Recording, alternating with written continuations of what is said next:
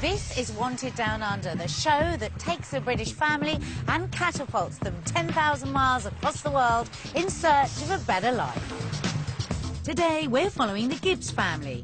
Phil's an electrician who's dreaming of a simpler life for his family. Just to find a more chilled way of life, really, and be surrounded by people who have that same kind of attitude and same outlook. Phil's had a difficult past, and they'd be risking everything for a dream life in Australia. Lois worries their children, Milo and Meadow, would miss the rest of the family.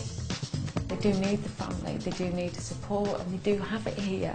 Milo suffers from asthma and eczema with serious inflammation of his eyes. Milo's got really, really bad allergies and his eyes are burning. He looks like Dracula. How will Milo's health be affected by the Australian heat? And Phil has children from a previous relationship he would have to leave behind. It kind of hit me really hard that, I mean, I'm really going to miss it. Will the Gibbs family be persuaded to abandon their old life and take the biggest gamble of all by moving down under? It could all go wrong.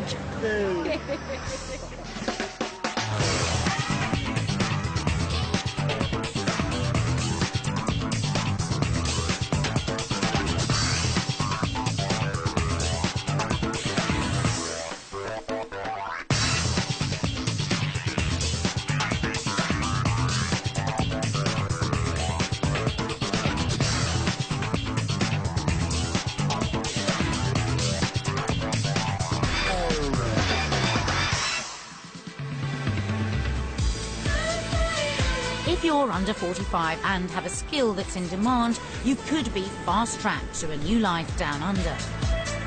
Many skills are now in demand in Australia. Last year, over 100,000 Brits took advantage of these new immigration rules. But how many really thought about how big a decision they were making? We've given 20 British families the chance to road test the Aussie life. They'll get to spend a week finding out all that they can about homes, work and lifestyle in a location we've chosen especially for them. But then they'll have to decide once and for all whether to stay in the UK or move to Australia. It's a huge decision for the Gibbs family from Altrincham. Phil's desperate for his family to try a life down under before it's too late.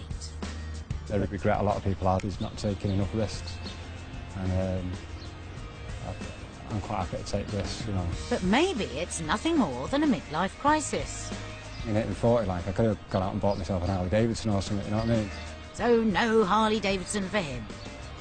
Phil thinks moving his family to Oz would make them happier, and Lois is frustrated with her life as it is. I just want to be able to have a choice to say, let's get a smaller house, let's pay the mortgage off and let's spend more time with the children. Phil wants a fresh start after a difficult past. I've got a lot of life experience, but a lot of the experience I've had have been quite negative, so I want to make sure the next half of my life, if I do have another 40 years, is going to be a real positive thing for me. Phil would be leaving behind children he had before he met Lois, but they want to put the younger children first. But the children, for me, it's a big fear. I just don't want my kids to do what I've had to do in terms of my career and putting all my life and energy into earning money. And how would the kids feel being away from their grandparents? Very close to my mum, the grandma. They were taking them away from the family. So just the thought of splitting the family upsets Lois, and the week in Oz will be a particularly testing time for Milo. He not only suffers from allergies, but has a big fear of animals. Milo was attacked by a dog when he was 18 months old. He's got like 50 stitches in his head and he lost a lot of confidence. So, could life be easier for the Gibbs family in Australia? To help them decide if they want to make this enormous move, we've lined up 3 lifestyle options with jobs attached. They must choose between a life on the coast, the city or the countryside. But after 1 week down under, they'll have to make the biggest decision they'll ever make. Move to Australia or stay in the UK.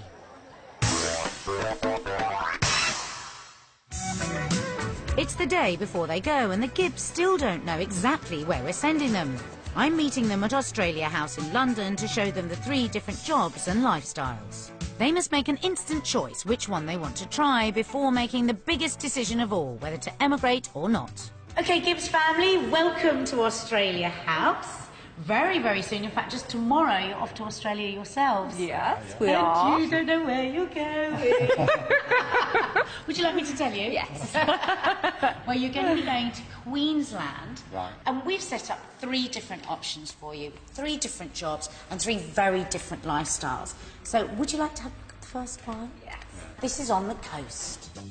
Option 1 is on Queensland's Gold Coast. It's often referred to as the holiday state, and it's easy to see why. A large proportion of the state is in the tropics, and if you like the sun, sea and surf, then Queensland really is Australia's ultimate outdoor playground. Living by the sea in this part of the world doesn't come cheap. About £200,000 for a 4-bedroom house. An electrician could earn £20,000 a year here, and Ray Bofields is willing to offer you a job. We would love Phil to come over and work with us and give it a try and see what the Gold Coast lifestyle's like. We do a lot of brand new domestic houses, commercial shopping centres and factories. The conditions on the coast are great for families. As you can see, we never wear jumpers or long pants over here. It's all good. Although you get more for your money further inland, there's a lot to be said for owning a property this close to the beach. So, living on the Queensland coast as an electrician, earning £20,000 a year, you'd have a fabulous location. But with property at over £200,000, you might still need a mortgage. So Phil, come and work with us. Fishing every day. Look at the view. Best on the coast. What did we think of that? Phil, can you see yourself working in those shorts? No, I haven't got the knees for sure. You've got the ankles for it, though. Might have to work something out with a guy, I don't know. But yeah, I mean, yeah, it looked beautiful, the coastal area and that. Yeah, it looked fantastic. Yeah, that view. Is that a lifestyle you could bear, Lois? Yeah, definitely. Would you like to have a look at option 2? This is our city option. Okay, have an open mind for this one. Option 2 is the city life. Brisbane, the capital of Queensland. It's cosmopolitan and lively. It's surrounded by hills and is dominated by its river. Brother and sister business partners Callum Waddell and Trudy Scott want to meet you, Phil. So we started here in February last year. We now have About 30 employees. probably 80% of our business is commercial projects. We do a lot of pub and club refurbs, do a lot of out-of-the-ground school buildings. You'd be looking at between 60 and 80 grand, depending on the hours that you want to work, the type of work and responsibility that you would like to take on. We are a family team, not just because Callum and I are brother and sister, but most of our guys are around our age. Despite being a busy city, Brisbane is also a great place to cycle, with wonderful tracks along the river. Brisbane's West End Market is a haven for organic foodies. Work for this lively duo and you'd get paid up to £35,000 a year. You could buy a 3-bedroom house near the city for about £250,000. I think you'd have a great time working with us, Phil, so come and join the Pulse team. Love to have you. They look really fun, didn't they? What do you think, Phil? Yeah, I mean, the money sounded great. You like the first one? The money sounded better on that. And the idea of going in as like a project manager, that sounded good. Yeah. But it's just the thought of living in a city. City scares us. OK, well, don't make any minds up yet. We've still got one left to go, and this is option 3, the rural one. Ready, kids? You ready? Our third option is high above the rainforest up Tambourine Mountain. It's a 40-minute drive to the beaches, shopping and nightlife of the Gold Coast. And Brisbane's an hour away. Sam Nevis needs you. We do rural work mainly, domestic, commercial up on the mountain. Typical jobs are renovations, some new installations, repair of machinery. In the evenings, go to St Bernard's Friday nights to karaoke, drink a few 4Xs, that's mid-strength, not the heavy stuff. But a lot of bushwalking, a lot of creeks to explore, a lot of fishing, just a great place. Sam built his house himself. It's very high up to make the most of the great views across the Gold Coast. This is where I live, vacant block of land. About 16 years ago I bought it. I built the house 13 years ago and just been adding to it bit by bit as we sort of get the money in. And it's a labour of love, a lot of hard work doing the grounds and that, but it's worth it. I love it here. So, living on Tambourine Mountain, you'd earn about £25,000 a year, but you'd have cool air and large plots of land for about £30,000 where you can build your dream home. Phil, Louise, this is where I live, this is where you could live. I'm an electrician. Phil, you're an electrician. Come over and work for us. See you soon. I'm an electrician, you're an electrician, we can make beautiful music together. What about you, Phil? I love the area. That looks absolutely fantastic. You know, that kind of rural setting in the mountains, and that just the area for me. I don't mean a firm. It's quite a small outfit. I probably would like to work for a bigger outfit, but I think the area. Yeah, that's. And what about you? She's in dream world. No, that's just like dream for me. Couldn't do it here. Couldn't do it here, so we couldn't afford to live in the south. So. Okay, well, let's do a bit of a recap of the three that we've seen. Because as I say, you are off tomorrow, so we have to make a decision. It's crunch time, so which option will it be? Option 1, the Gold Coast, where you can live the beach lifestyle on £20,000 a year. Option 2, the city life in Brisbane. More expensive, but you can earn up to £35,000. Or option 3, the laid-back rural community of Tambourine Mountain, where the earnings are less, but the land is cheap. I think definitely option 3. Oh, really? We've gone for 3, wouldn't 3? You've made a decision without any pushing or bullying from me. The kids will say 1, but definitely 3. Yeah. Well done. There you go. Not a moment too soon. Have a fantastic flight. I have a feeling you're going to have a really good time.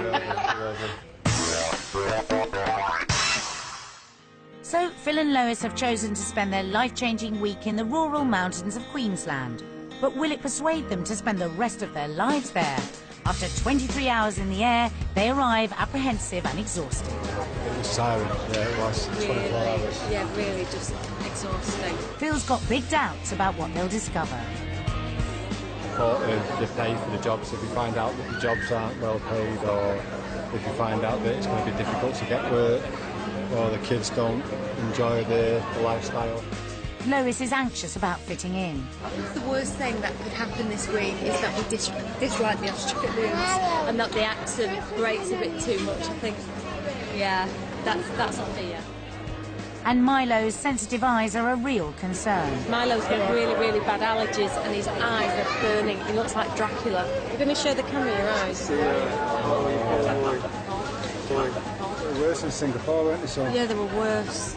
Let's hope the Aussie air doesn't make it worse for Milo. To help them settle into life in Queensland, we've rented them a large detached house. Wow, Milo, we can get our house in there about 5 times. Wow, this is big. But it's not the kind of house they'd choose to live in if they moved to Australia. Definitely not. Scary. Suburbs and all that. Yeah. Clearly, this family have different aspirations from most. For them, a small home with no mortgage is the most important thing. I don't understand why people need this much space. But we've got it, so we'll be grateful for it. So, big and luxurious is not for the Gibbs, but will they find what they really want? It's a crucial part of deciding whether or not to move to Oz. In the UK, Phil and Lois's 3-bedroom terraced house in Altrincham, Cheshire is worth £180,000 and they've got an £80,000 mortgage. If they move to Australia, they'd want to ditch the mortgage and live off the land. They're looking for inspiration to build a property of their own that'll tick all the boxes on their green agenda. Gorgeous. Could you see yourself there? I don't know, it depends on whether that's the top. So the first property we're showing them is a house actually made of straw. Yes, straw, by the owner, who expects it to sell for about £200,000, which includes 5 acres of land. Everything is made of recycled materials. The timber frame is old power poles, and the walls, straw bales rendered with earth, make it well insulated. G'day guys, I'm Shane. You alright? Hello. This was all open plan when we began with. It was just like a big barn after we put the bales up. Later on we decided to fill in upstairs with the extra flooring. And Okay, here's upstairs. This is our suspended walkway. Sort of put you in the void here. Oh, that's fantastic. Yeah. There are 3 bedrooms with novel ventilation as it gets very hot. Around everywhere and out. Stained glass windows are beautiful touch. That's our customised windows that I had to hand make to fill that gap. But it's great because it lets in light, and also when it gets really hot in here in summer, you open the windows out. No way, that's really groovy. And you let the heat out. So Watch and learn, Phil. Take a sketch. But Lois is worried about what might be slithering through all that undergrowth. Don't you feel, because I'd feel safer if I was up on sticks because of snakes and stuff. you don't see many snakes. Really? They're around. But unless you tiptoe around the property, they just get out of your way. Do they? Yeah, you just don't think of it. You go garden and we don't see them that often. I mean, they're here. We're probably lucky to see 5 snakes a year. So. Just 5 snakes. But they're little brown That can kill snakes. you. At least she's laughing about the snakes, but you can't live in the country without the wildlife. So yeah, this is where we're very connected with the outside. I mean, obviously a large percentage of the floor area of the house is taken up with verandas, so you get to be here listening to the frogs in the garden. Alternative garden, alternative fertiliser. Look at this toilet. Have you always had a compost toilet? With the no pipes there at all? There's nothing Like like sewage. that. You built the whole place. Yeah, ever since we've been here, that's what we started. That's what we started with, the composting toilet. Yeah. They're great. There's no smell, and it's just such an excellent mix for the garden. It just. Lois isn't convinced and feels worried they could afford such an elaborate build. So how much did it cost you? All up, I'm not sure, but you know, certainly for the bales and the major structural timber and all that, probably $50,000. That's only about £20,000 to build a house like this, plus the price of the land. The 5 acres here cost about £33,000, making a total of just over £50,000. It's just incredible what they've managed to do with that, and to see the pictures, the way it was built. I mean, the simplicity of it all is incredible. Yeah. And they're saying in there that they managed to put that together, most of it anyway, for $50,000, which is what we were hoping it would cost. And that's doable for us. It is. That means we can afford the land and not get a loan to build. But could Lois live here? I am interested in being away from the creatures and being cool.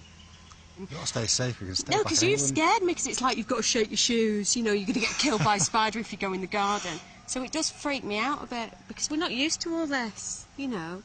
Used to flagstones, you know. That's the exciting bit of that. Lizard in the garden when I went. I was like, oh my God, what's that? It's like lizard climbing up the pole.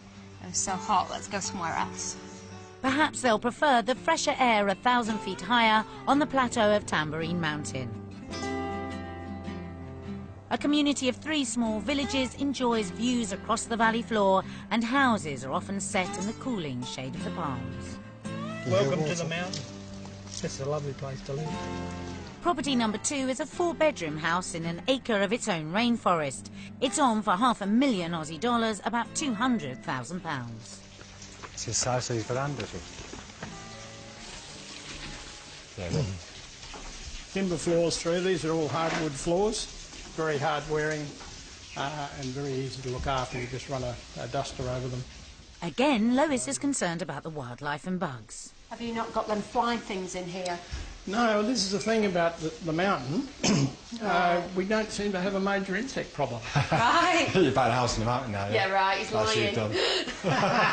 You're like, going to be like, loads of flies everywhere. Would I lie to you? Yeah, you're an estate agent, you would. Well, I'll tell you what mine. Both Lois and Phil are worried about the heat of Australian summers. This is an interesting feature you don't see in many houses. Oh, okay. It's a slow ventilation. Oh, that's fantastic, isn't it? You open the door wow. and the breeze blows through. It's pretty much something that's fairly unique to Queensland climate. Right. And you can do that. Amazing. And The living area is roomy, but the bedrooms are small by Aussie standards. so the bedrooms are a little bit on the small side here. I'll grant you that. Saying that, this is about as big as our house back in England. Yeah. The whole house. It's huge. By far off. Yeah, it's Oh, well, tiny. But you know what? It feels a lot like our house. It's because the rooms are small. Yeah, the rooms are small, yeah. feels- So, yeah, it's got You that feel kind of right at home. Yeah, it feels like being at home. They're warming to the place and the cool mountain air. According to one survey, Tambourine Mountain is in the top 10 places in the world to live. Okay, let's go and look at the wilderness. Back home, the Gibbs have a tiny back garden. Here, they'd have their own mountainside rainforest. The way in is a slippery slope. Just mind your step down here because it's a little wet. Oh my God! And you can catch me if I fall. I know, like that. We're about the middle of the property right here. Right. So it goes up about another... That's fantastic. What's that noise? It sounds like a monkey. It's the kookaburra. The laughing jackass, as the original British settlers used to call it. And they're very friendly. Are they? Yeah. They're pretty much widespread across Australia and the coastal regions, but they're pretty prolific in this area. They just love the rainforest. You like that? But has the agent sung the right song to entice the Gibbs?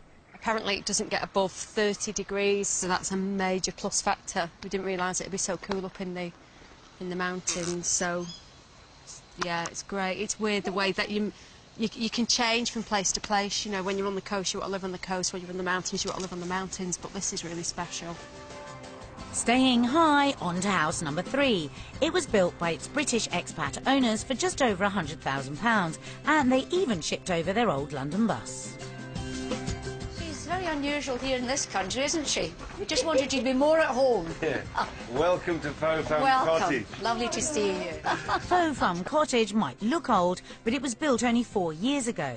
To build it, the owners were allowed to recycle something much older. But it looks old, and we tell people it's the oldest house on the mountain because we took the timbers from a Queensland bridge that was erected, I think, about 1870. Right. Oh. The lintel on the top there, those were the original bridge bearings. You see the sills and the lintels, all from the bridge. Yes. Come through.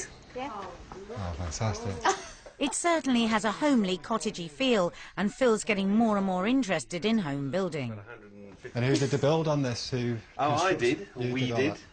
Well, I wasn't very good with the beams, but Andrew helped me out with the beams. Right. Yeah. Come and have a look upstairs. No? Philip. Okay. From upstairs, you get amazing views across the rainforest. There's a real feeling of space, which is reflected in the open-plan rooms. The brick wall there, of course, is the chimney that goes right through, and not quite finished. One of the things is, you know, when are you going to finish the painting? Oh, yes, I've forgotten about that. You've got to finish that piece. If I'd known that was... Oh, I wouldn't have had you up here, I'll tell you that right now. Andrew, please finish the painting. You see? Hey? Just I'll do what I realised that. can, darling. I'll do what I can. You built a house for her, but she wants to paint and finish, you see. I get that. Quite right. It's not finished till it's finished. So where's your bedroom? Oh, here we go. This is our bedroom in here. It's cosy, it's comfortable, there's a view, it's all here, and it's very tranquil and very peaceful. And This would inspire me to have more children, I think. oh, well, don't... Anything inspires you to have more children? Oh! Well, we are in the bedroom. No, Well, Phil and Lois seem very comfortable here, and building a house made from old bridge timbers is in the true spirit of the Aussie lifestyle. But Australia welcomes the entrepreneur, and if you want to do something out of the ordinary, you'll be able to go ahead and do it. Sky's the limit. There's various protocols to go through with council, but if you have an engineer with you to certify it, you can do anything. Do you think that's more true on the mountain? Because we get the impression being up here that, you know, if you want to have a go at anything, have a go up here, because it seems to be quite... inspiring, you know. It is. Inspiring, It is. Lois seems won over. The house is just really unexpected. I mean, I would not have dreamed to have found this in the, you know, the middle of the mountain. It's amazing. But it's been a real inspiration. Really. Great. Lovely having you. Yeah, it's fantastic Oh, house. it's a beautiful place to be. I've got to ask, you know, because it could be on my mind, I want to be cheeky and ask for a driver. But Would you like a drive on the bus? I like to drive the bus. Yes, let's go. Let's go and have a drive on the bus. Have you got your ticket? So, 3 inspirational and individual properties for these wannabe house builders. Lois had concerns about properties 1 and 2, but number 3 really blew them away. So, do the Gibbs see property here as the route to their future? All aboard? Right, let's go.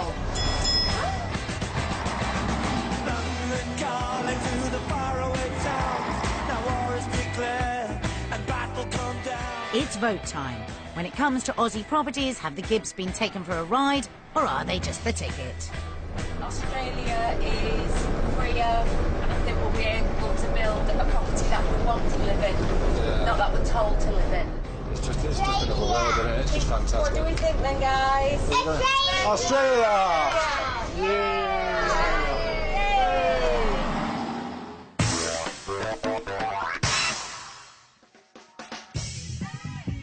Like many of our families, the Gibbs think that longer term they'd like to create their own dream house in Oz themselves.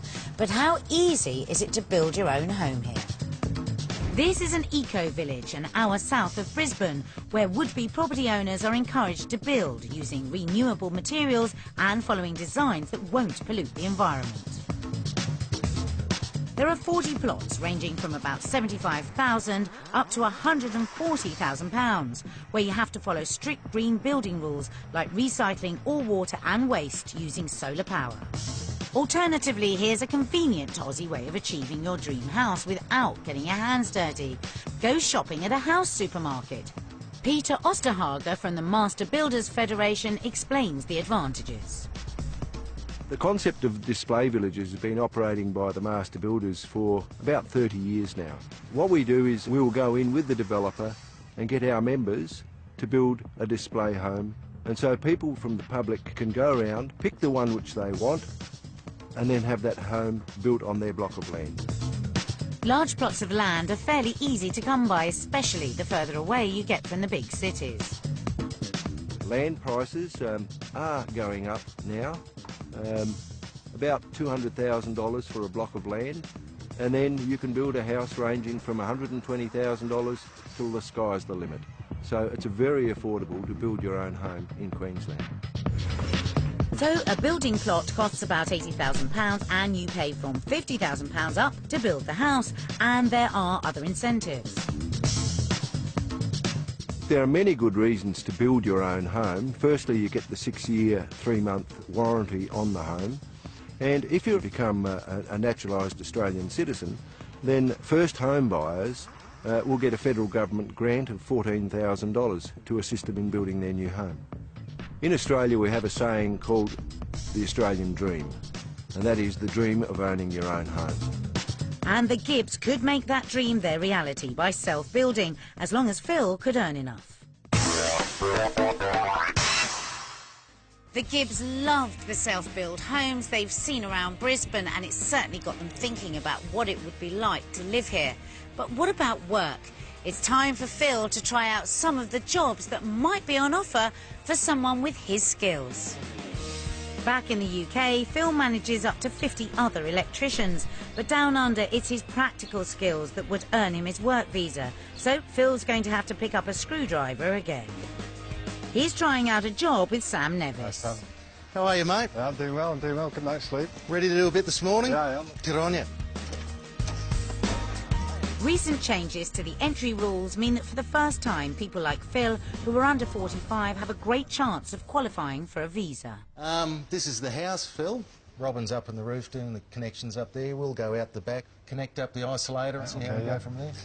It's crucial that Phil's happy with the work here before his family decide whether or not to emigrate.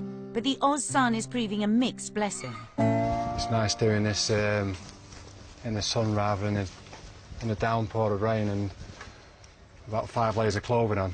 Wait till summer. You might change your mind. Oh, is it in the summer? I mean, is it... It's hot. Is it too hot to work in, or you just kind of get your head down and work right through that? Yeah, you just do it. Persevere. If the sun's on you, you put on sunscreen and hat. It's not too bad today, but generally take a towel with you. Why is that? You just sweat a lot. Right. It's not for the dinner time dip in the pool then, no? No. 10 in the morning, just coming out of winter, I'm sweating. Not a good sign. So I don't know how I'm going to go on when it's 40 degrees in the middle of summer.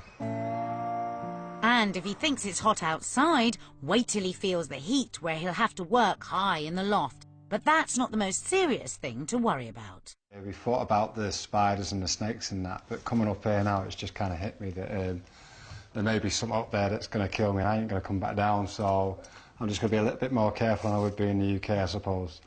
But I'll ask the guys up here what there's any kind of added protection. I very much doubt it. I guess they just get their heads down and just do the job, and hopefully nothing kills them, I guess. Well, have you had any fatalities in this firm, or you've been lucky? Well, I haven't died. No. You've been bit? I've been bitten, yeah. You have been bitten? By a whitetail. Right, OK. It affected my arm quite badly. Right, And there's some redbacks up here as well, but then they're real terrible. They're rude poison. There's something that never occurred to me, and I think the best way is just to kind of ignore it. I think that's going to be my... Well, no, you can't ignore it. You've got to be aware conscious of the fact that they're there and just look for them. Yeah, right, okay. Because they're small and they're quick. Yeah. And the redback's pretty dangerous. While Phil contemplates working with spiders, he's asked Lois to check out a hobby farm, the Australian version of a small holding. It's Phil's dream to be self-sufficient, growing their own fruit and veg. Right. Over a year, we've added them up, and we actually grow 40 different vegetables now. You can grow 12 months of the year on the mountain because the climate's so good. A lot of sunshine, a lot of water, a lot of rainfall, good soil. You can grow anything. Right. It looks idyllic, but is Lois really cut out for this lifestyle? Am I going to get bit when I walk through here? No. Are you sure? OK. I'm going to be ringing you later if I get big bugs on my legs. So these are cabbages, are they? Lois has a lot to give up back home. Apart from missing friends and family, she has a comfortable house and a good job in publishing. Can she really see herself living the modest back-to-nature life Phil wants if they move to Australia? And what's this stuff on the ground? Okay, so these are carrots. Great. Can you pull one of these carrots up for me? I can do, or would you like to do it? Here we go. Wow. There's a little carrot. Wow. Here we go. I have to just clean it. You have to rub the mud off it. We've just picked it. He'll have to go clean it in the bathroom. That's what he does. He needs his clean. Yeah. I want a clean one. OK, well, we need to wash one for you, don't we? Meanwhile, Phil's been sweating buckets and discovering that being an electrician in here is like working in a furnace most of the year. You're hot, mate. I can't believe it. I mean, I got up here, it felt cool when I got up here, but that's just incredible. That's why I've got to keep your fluid intake stuff after work, I told you that. I can't work out whether that's just because of the work I've been doing, but I mean, I've not done anything really. I've just connected a few cables up, or whether that's the sun getting up and maybe getting a bit hotter in here. Well, yeah, I don't think it's too bad yet. No. But you're not acclimatised yet. That'll be it. Summer temperatures in Queensland can reach 40 degrees, so Phil will have to think hard about whether he could face anything hotter than the early spring weather he's working in now.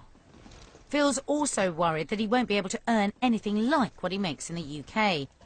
Generally on the mountain, the money's not the best. Right. Why is that? Why would that be? I don't know. They seem to have this backward, parochial view that it's cheap to live on the mountain. Right. So that they don't pay very good wages. Right. But in fact, everything's dearer up here. You know, fuel's dearer up here, and groceries are dearer up here. Rents and housing too are dearer, are pretty expensive up here. Right. But yeah, Sam is a bit of an exception and pays good money. What are we looking at, say, a yearly wage? What kind of yearly well, wage? with the overtime, that'd be getting up around 60 grand. 60,000 Australian dollars, yeah. That's about £25,000, way below the £40,000 Phil earns in the UK. In Oz, he faces lower pay and tougher work conditions in the oppressive Queensland heat. After work, he meets up with the family. Daddy!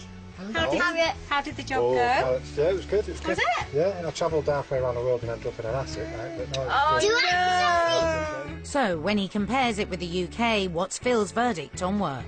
Pros and cons, what do you think? So, the work back home is usually in a terrible environment, really cold for most of the year. We've got the dusty sites, I don't know, the work ethic as well in England. It's quite dog-eat-dog on the building sites. And in Australia, great environment, great climate, a little bit hot, well, very hot actually, but no, it's got to be hands down, it's got to be Australia.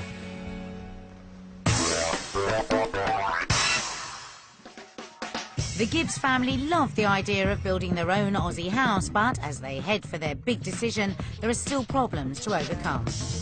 In the city, Milo's allergies are irritating his eyes and skin, and in the country, Lois had a real problem with the wildlife. Am I going to get bit when I walk through here? Bugs on my legs? And how will Milo handle his fear of animals when he's confronted by a snake? Once that creature starts breathing out, it starts constricting. Will they stay in Oz or catch the next plane home? The Gibbs are nearly at the end of their week and have time to reflect on what they've learnt about the Aussie lifestyle. Phil and Lois seem to be persuaded that their dream could come true. That's it. Got pretty pots we everywhere. feel as though we'd need a lot to be happy back in England, but we'd need very little to be happy here, I feel. They'd be taking enormous risks here that somehow they couldn't do at home. It's really weird. In England, we would never take this kind of a risk. In fact, we don't take risks out there, do we? Everything's been quite safe with the properties that we've bought and invested in.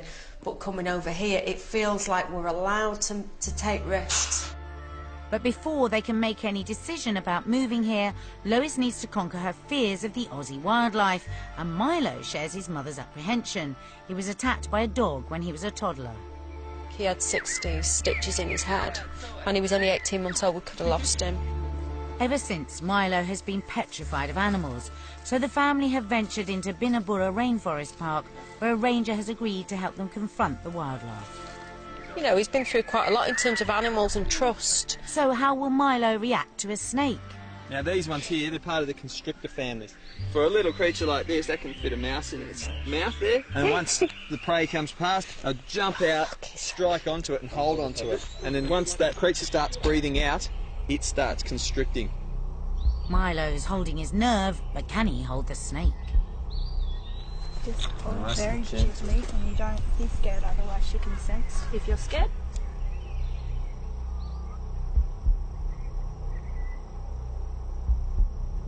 I can't believe that he's holding it. Can you? Can you believe it? It was like... Yeah, nothing to fear there, really. No. Well done, Milo. We are very proud of you for doing that. We think that's amazing. I want a snake. You want a snake? You can have one. Mum and Milo have tackled their wildlife fears, and the mountain air has eased Milo's allergies. Their week in Queensland has forced Phil and Lois to think about whether they're really ready to make the biggest decision of their lives. It's a huge step, and to help them consider how much it really means to their friends and family, we've recorded some messages from back home. Back in their house in Brisbane, they watch them. I'd love to be able to say that I think it's the wrong move, because Phil's really the kind of person that you'd like to keep in touch with. Well, certainly the kind of person I'd like to keep in touch with. I love you guys, you know, you've done a lot for me. I've known you years. You, Phil, you've been a good guy to me. You've always been there for me. We've had a good few times. I'd like to be like him when I'm his age, I suppose. He's very on it. I will miss you if you do decide to go out there. I miss the times that we've had. It's been good. Thanks for being a good big sister. And Phil, you've been like a third brother to me. Milo, Meadow, I love you to bits. I'll see you soon. Lois's mum is very close to her daughter. She's funny, loving, very caring. Although I'll miss them deeply, and I don't want to get upset, but it'll be very good for them. I know, like my heart. Meadow and Milo, I'll miss you so much. Yes, I will miss them. I'm not going to lie about that. I'll be devastated. But time is a great healer. I've learned that in my life. Phil's helped me to do that.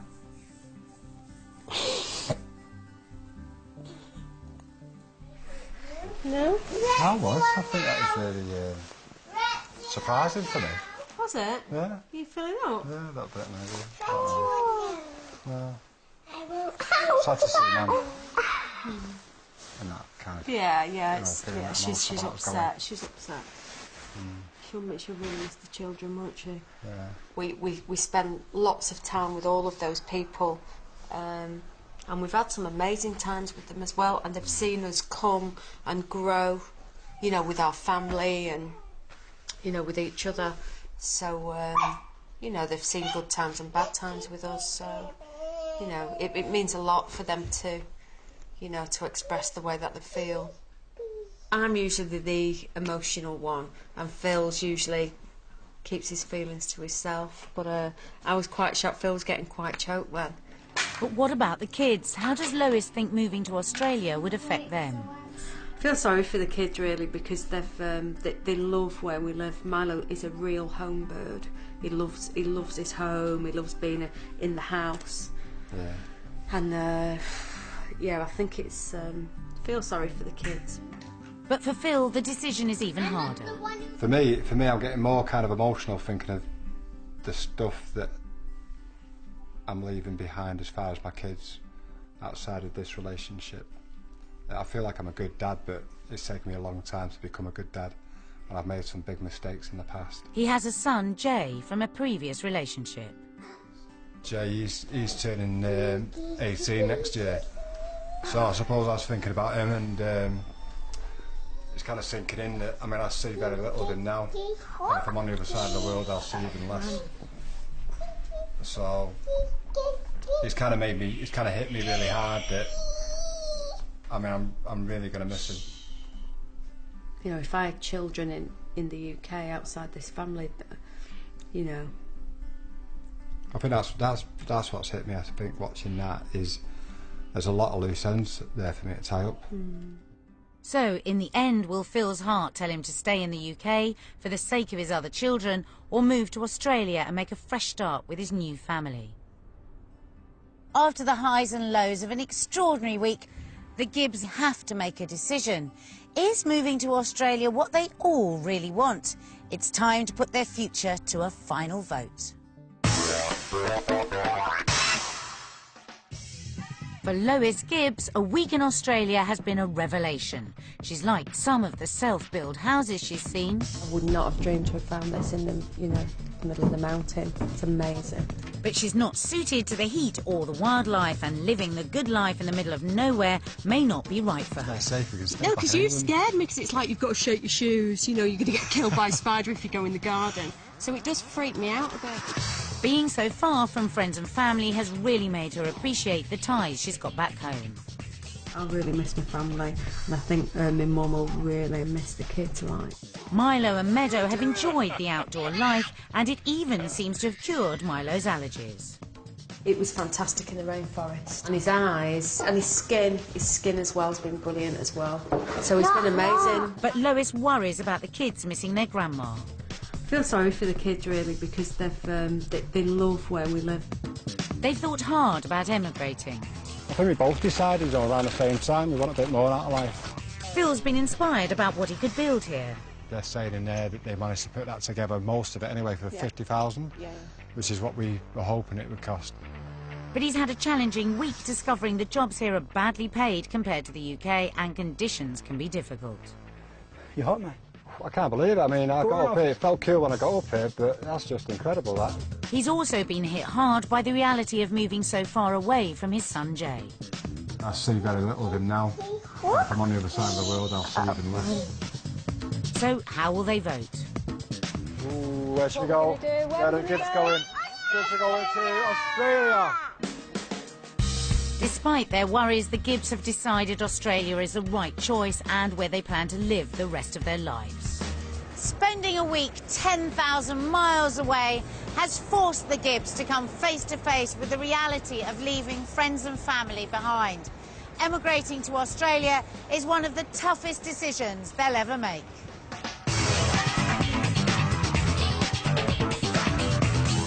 Join me next time and meet another British family who are wanted down under. And that'll be at 9:15 tomorrow. Coming up tonight on BBC One, the new series of Waterloo Road continues at 8. Next this morning, though, it's To Buy or Not to Buy.